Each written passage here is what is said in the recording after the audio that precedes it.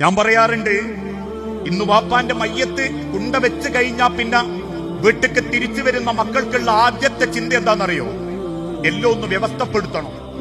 അതുവരെ വാപ്പാനെ നോക്കാൻ ഒഴിവ് കിട്ടാത്തവനും അതിനൊഴിവ് കിട്ടും.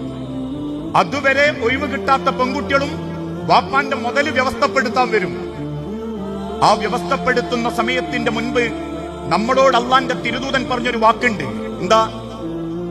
പള്ളി കൊണ്ടെക്കുന്ന വാപ്പാന്റെ മയ്യത്തിന്റെ തലക്കും ഭാഗത്തുനിന്നും ഉമ്മാന്റെ തലക്കും ഭാഗത്തുനിന്നും ചില മക്കള് ആ സമയത്ത് പറയും, ബാധ്യതകൾ എന്തെങ്കിലും ഉണ്ടെങ്കിൽ മക്കളായ ഞങ്ങളെ സമീപിക്കുക. അല്ലെങ്കിൽ ഉസ്താദ് പറയും, മൗലവി പറയും, ഇന്ന മക്കളെ കാണുക. ആ മക്കളെ കണ്ടാൽ പോലും പിന്നീട് പലരും പൈസ കൊടുക്കാറില്ല. എത്ര രക്ഷിതാക്കളാ ബാധ്യതകളുടെ ഭാണ്ഡങ്ങളുമായി കബർ കിടക്കുന്നതെന്നറിയോ? പ്രിയപ്പെട്ടവരെ, എഴുതി വെക്കണട്ടോ. ഞാൻ സാന്ദർഭികമായിട്ട് പറയാ, അനുഭവത്തിന്റെ വെളിച്ചത്തിലാ ഞാൻ പറയുന്നത്. ഒരു വാപ്പ മരിക്കുന്നതിന്റെ കുറച്ച് ദിവസം മുൻപ് ഒരു മകളുടെ വീട്ടുകൂടലുണ്ടായപ്പോ ആ മകൾക്ക് എന്തോന്ന് കൊടുക്കാൻ ആരും അറിയാണ്ട് നാട്ടിലുള്ള ഒരുത്തനോട് ഒരു കടം വാങ്ങി. ഏകദേശം 20,000 രൂപന്റെ താഴെ. അത് ഞാനങ്ങ് കൊടുത്തോളും എന്നാണ് വാപ്പ തീരുമാനിച്ചതും. പക്ഷെ പടച്ചോന്റെ തീരുമാനം പെട്ടെന്ന് പിതാവ് മരണപ്പെട്ടു. മയ്യത്തുസ്കാരൊക്കെ കഴിഞ്ഞ് 2 ആഴ്ച കഴിഞ്ഞപ്പം ആ മക്കളെടുത്തേക്ക് ബാധ്യത പറയാൻ വന്ന ചെറുപ്പക്കാരനോട് മക്കള് പറഞ്ഞ മറുപടി, വാപ്പ അങ്ങനെ വാങ്ങുന്ന ഒരാളല്ല, വാപ്പക്ക് അതിന്റെ ആവശ്യവുമില്ല, വാപ്പാക്ക് എന്റെ ചെലവിനുണ്ട്, ഞങ്ങൾ കൊടുക്കാറുണ്ട്, പിന്നെ വാപ്പന്തിനാ എന്നോട് പൈസ വാങ്ങുന്നത്, വാങ്ങിയ വാപ്പയാണെങ്കിൽ വാപ്പാനോട് പോയി വാങ്ങിക്കോ.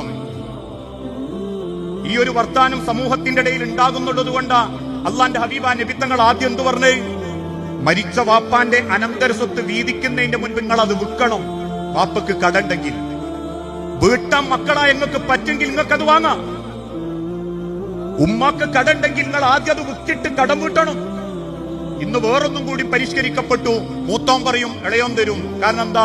10 റിയാൽ റോഡ് സൈഡ് വീതം വെച്ചപ്പോ കിട്ടിയത് ഓനാ, നിങ്ങൾ ഓനോട് വാങ്ങിക്കോളി, ഇക്ക മൂല മേലെയാ കിട്ടിയത് എന്ന് പറയും.